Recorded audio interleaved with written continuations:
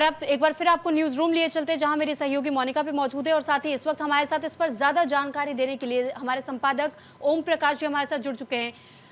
ओम प्रकाश जी, सबसे पहले जो बुलडोजर एक्शन को लेकर सुप्रीम कोर्ट की ओर से एक फैसला दिया गया, इस फैसले को लेकर हम कैसे समझ सकते हैं? क्योंकि एक और अब तक हमने ये देखा है कि बुलडोजर कार्रवाई को सराहा जा रहा था, लेकिन अब जहां विपक्षी दल इसके विरोध में पहले भी खड़ा था, अब वो इस फैसले का स्वागत कर रहे हैं। तो उन लोगों का क्या होगा जिनके घरों पर नोटिस अभी भी चस्पा है?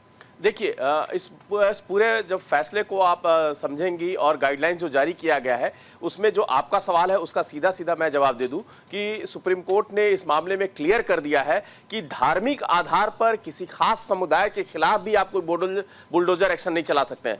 आपका चाहे कोई भी अधिकारी हो, चाहे जाके या कोई भी सरकार हो, पिक एंड चूज नहीं कर सकती है। चाहे सड़क बनाना हो, नाली बनाना हो या कोई भी ऐसा काम, अगर सार्वजनिक भी काम करना है तो आप पिक एंड चूज नहीं कर सकते हैं, या पिक अतिक्रमण के नाम पर आप किसी खास वर्ग या किसी खास समुदाय के लोगों का मकान नहीं गिरा सकते हैं। यह बिल्कुल असंवैधानिक है।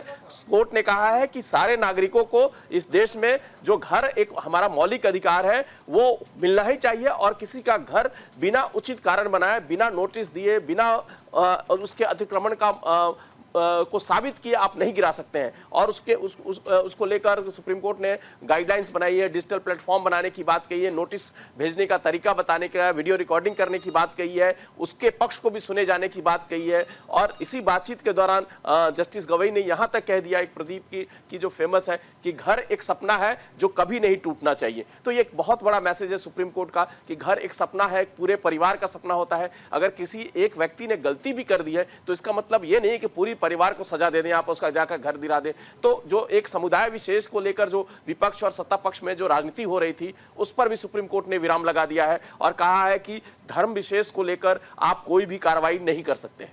बिल्कुल। और इस बीच देखिए ओपी जी, कहीं ना कहीं बड़ा झटका इससे हम योगी सरकार के लिए भी कह सकते हैं, योगी आदित्यनाथ के लिए भी कह सकते हैं, जो कि यूपी को रिप्रेजेंट कर रहे हैं, सीएम है। बुलडोजर बाबा का टैग उन्हें दिया गया है और वो इस कार्रवाई के लिए जाने जाते हैं। कहीं ना कहीं अपराधियों के बीच वो खौफ भी है उनकी इस बात को लेकर कि जब भी कोई इस तरह की घटना हम देखते हैं उत्तर प्रदेश में तो बुलडोजर कार्रवाई भी होती है। देखिए, सुप्रीम कोर्ट ने आज बिल्कुल साफ कर दिया कि सजा देने का काम जो है वो न्यायपालिका का है। कार्यपालिका ये काम नहीं कर सकती है कि आपने कोई गलत काम किया या किसी तरह का कोई काम किया है तो आपका घर गिरा दिया जाए। घर गिराने का प्रावधान हमारे कानून में नहीं है। कुर्की जब्ती का प्रावधान है, जब आप स्कॉन्डिंग है या कुछ भाग गए हैं, भगोड़े जब साबित होते हैं, तब कुर्की जब्ती का प्रावधान है। वो भी अदालत की तरफ से तय किया जाता है, ना कि प्रशासन की तरफ से। तो आज कोर्ट ने बिल्कुल सख्त हिदायत दी है कि कोई भी प्रशासनिक अधिकारी या कोई भी प्रशासन की तरफ से किसी का घर गिराए बिना कोर्ट के आदेश के, ये इलीगल होगा और उसका खामियाजा भुगतना पड़ेगा उस अधिकारी को। और अगर उसका घर गिराया जाता है किसी को तो उसको मुआवजा भी देना पड़ेगा।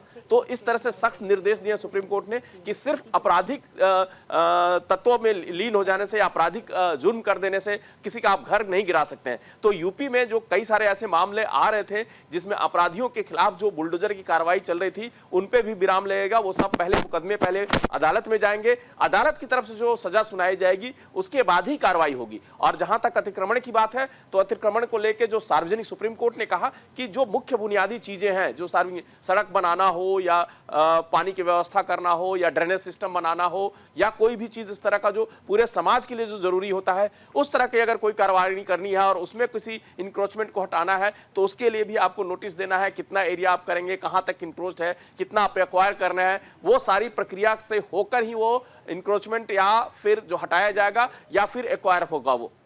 ठीक है, लेकिन ओम प्रकाश जी, सवाल ये भी कि ये भी सुप्रीम कोर्ट की ओर से जब कहा गया कि अगर कोई भी कानूनी प्रक्रिया के तहत में जो अब तक कार्रवाई हुई है, ऐसे में या आगे भी अगर आप करने का इरादा रख रहे हैं, लेकिन कोई भी अगर कार्रवाई इसमें गलत साबित हो जाती है तो फिर मुआवजा देना होगा।